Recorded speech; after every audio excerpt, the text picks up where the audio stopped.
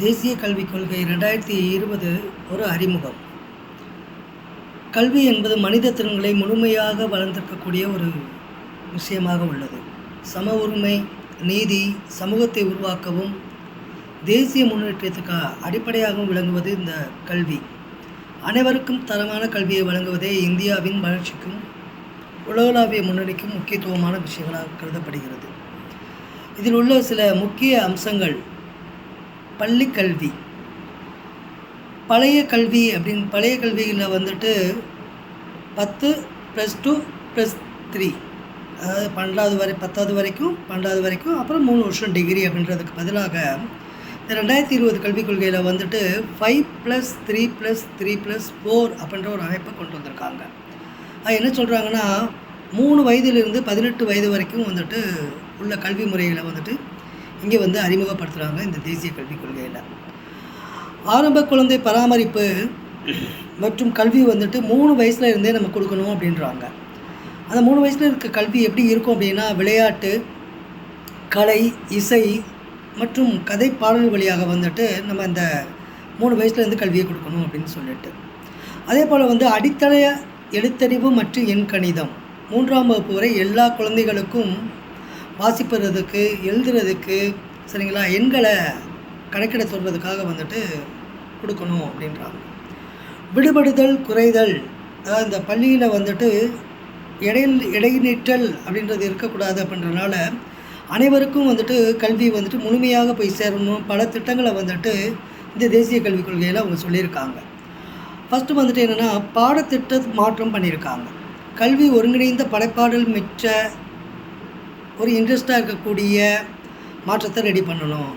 So இதை எப்படி கொடுக்கலாம் அப்படின்னா, கலை, விளையாட்டு, அறிவியல் மூலமாக வந்துட்டு இந்த கல்வியை வழங்குறதுக்கு நிறைய மதிப்பீடுகளை வந்து இவங்க இந்த கல்விக் கொள்கையில் சேர்த்துருக்காங்க.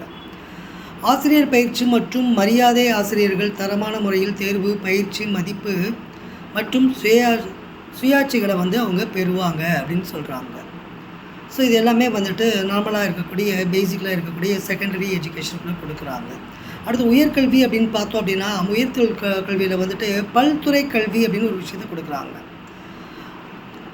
அதாவது மல்டி டிசிப்ளினரி அப்படின்னு சொல்லிட்டு 2035 வந்துட்டு உயர்கல்வியில் வந்துட்டு ஜிஆரோட பெர்சன்டேஜ் வந்துட்டு 50% நம்ம அடையணும் அப்படின்னு ஒரு விஷயத்தை கொடுக்குறாங்க. அதுபோல் ஆசிரியர் கல்வி பார்த்தோம் அப்படின்னா வந்துட்டு பிஎட் ஒரு 3 வருஷம் டிகிரி முடிச்சுட்டு அதுக்கப்புறம் வந்துட்டு ஒரு 2 வருஷம் வந்துட்டு ஆசிரியர் படிக்கிறாங்க, பிஎட் படிக்கிறாங்க.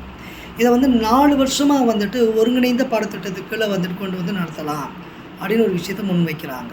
அதுபோல் வந்து என்ஆர்எஃப் தேசிய ஆராய்ச்சி அறக்கட்டளை அமைத்து எல்லா துறைகளிலையும் வந்துட்டு ஆராய்ச்சியை வந்துட்டு ஊக்குவிக்கணும் அப்படின்னு சொல்கிறாங்க. பாடத்திட்டத்தில் வந்துட்டு தொழிற்கல்வி அப்படின்ற ஒரு விஷயத்த சேர்க்கணும் அப்படின்னு ஒரு விஷயத்த கொடுக்குறாங்க. ஏன்னா படிச்சுட்டு வந்துட்டு இது பண்ணாமல் வந்துட்டு அவங்க படிக்கும் போதே தொழிலும் கற்றுக்கிட்டாங்க அப்படின்னா சர்வேயில் ஈஸியாக இருக்கும் அப்படின்ற ஒரு விஷயத்துக்காக அது வருது.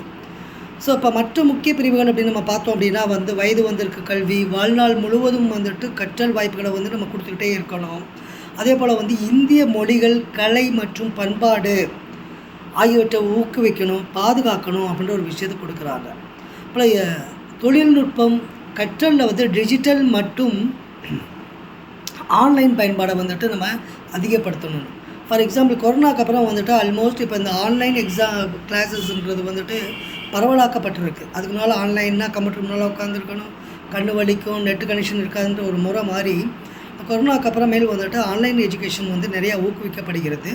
ஸோ அதை வந்துட்டு இந்த தேசிய கல்விக் கொள்கையில் வந்துட்டு டிஜிட்டல் மூலமாகவும் ஆன்லைன் கல்வியும் வந்துட்டு சமக்கணும் அப்படின்னு சொல்கிறாங்க. அப்போ இந்த கல்வியானது எப்படி இருக்கணும்னா, சமநிலையில் இருக்கணும், சேர்க்கை விகிதம் வந்து கூட்டணும், அனைவருக்கும் கல்வி கிடைக்கணும், பின்தங்கிய சமூகங்களுக்கான சிறப்பு திட்டங்களை வந்துட்டு இந்த புதிய கல்வி கொள்கை மூலமாக நம்ம கொண்டு வராங்க. ஸோ இதுக்கு வந்துட்டு என்னென்னா, மத்திய ஆலோசனை குழு வந்துட்டு இந்த செயலாக்கத்திற்கு வந்துட்டு வலுவாக்கப்படணும் அப்படின்னு சொல்கிறாங்க. ஸோ என்ன தான் ஒரு ஸ்கீம் கொண்டு வந்தாலும் அதுக்கு ஃபினான்சியல் இது வேணும். அப்படின்னால நிதியை வந்து அதிகரிக்கணும்.